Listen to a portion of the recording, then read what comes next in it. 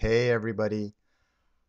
Just thought I would check in. It's been a while. I've continued to be quite busy. I've been pretty well.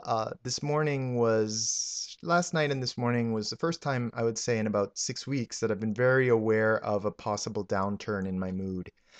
And that's actually why I'm here. Partly because I found that actually verbalizing, blogging, etc. has been helpful to me. And it's odd.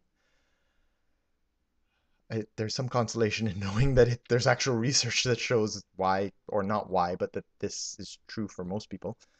And but it's also, I'm hoping, a chance for me to actually watch what happens and see if it works or not.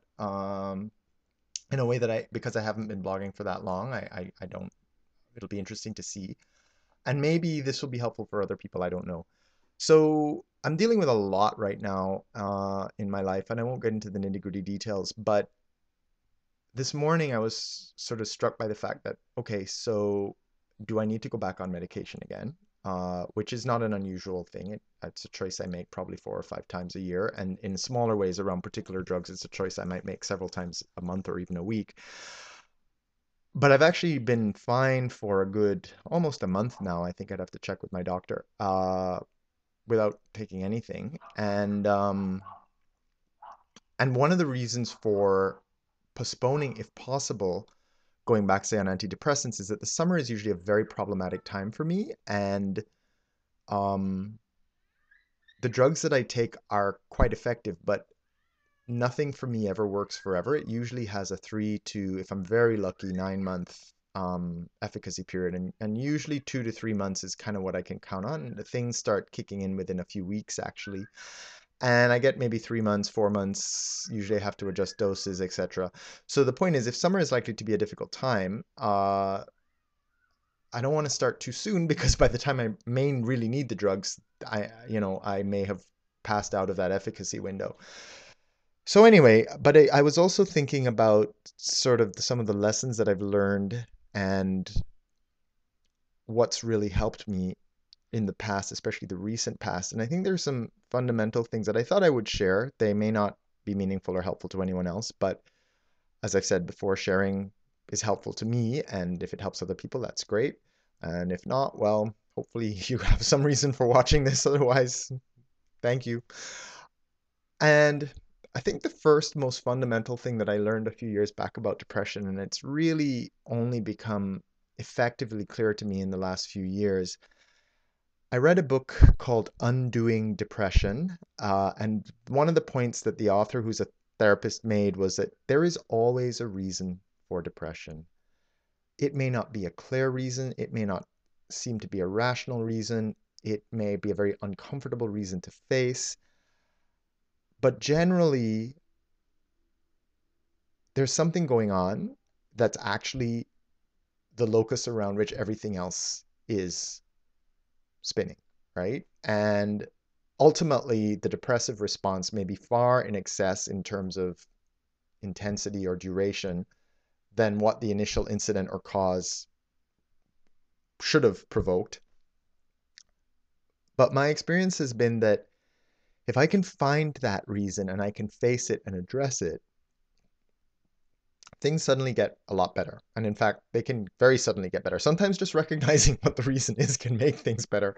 Other times it requires an actual plan. And in this case, I think I'm going to have to make some concrete plans and feel a sense of security that, okay, what I'm planning is going to work and I can make this happen. Uh, but I thought I would mention this because it really underlines for me the difference that therapy has made in my life. And one of those differences is about that idea of a reason, because one of the ways it's become very clear to me is because sometimes I've been with a doctor or a therapist and they've said, okay, this is what sounds like is going on. Maybe you just need to do this. And I'll be like, ah, right.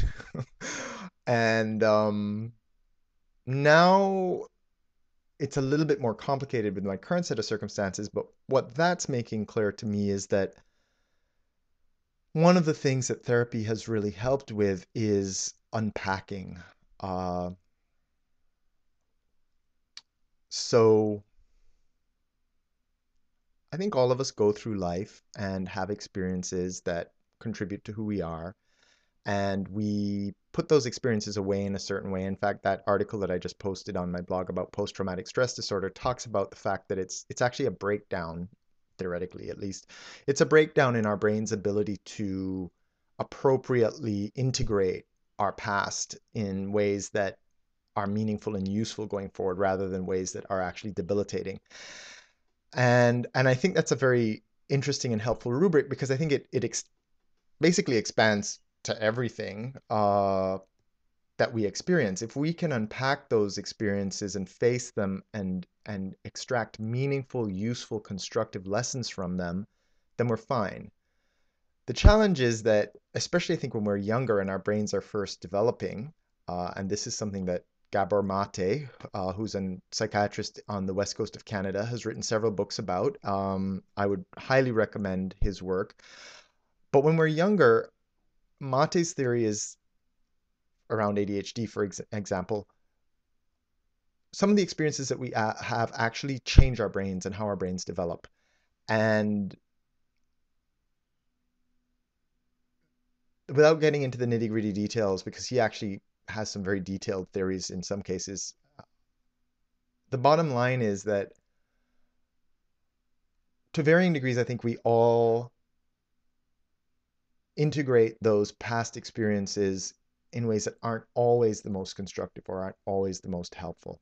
And what I think therapy has really enabled me to do is be mindful of a whole range of different scenarios or situations that can, I don't want to use the word trigger because that sounds like it's like this, it just, sometimes it is a very kind of sudden and irrational response, but I think I'm old enough now and aware enough now that, though that occasionally still happens, it's pretty rare.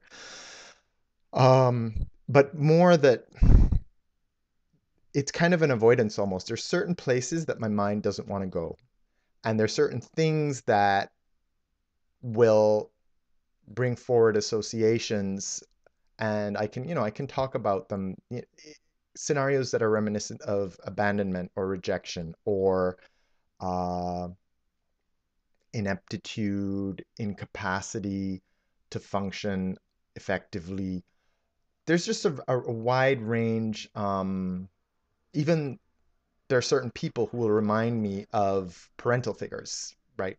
And I mean, I have very good relationships with both my parents, but nevertheless, there are places that my psyche can go to that I'm very thankful now to have an awareness of, because there are times I can almost anticipate, okay, I'm dealing with this kind of person in this kind of setting. These are the kinds of emotions that I'm going to have. They're not actually relevant to what's going on right now at all. And so to get back to my overarching thing around depression and coping and so on, the key to me has always, not has always, has become to find that reason. However, that in and of itself is not enough, because the journey towards finding the reason and developing a solution is likely to be one that takes me past or engages me with those some of those issues that are uncomfortable or unpleasant. And it's that recognition and the ability to anticipate and cope with that that I'm hoping will, for example, in this situation, enable me to move forward constructively. We'll see. It's not a disaster if I go on medication. I know it will help. Um, but yeah, so that's it. I hope this was useful for some of you guys. I gotta go do things, gotta function, gotta make it to my doctor, gotta stay out of bed, which is what depression would make me do. And take care.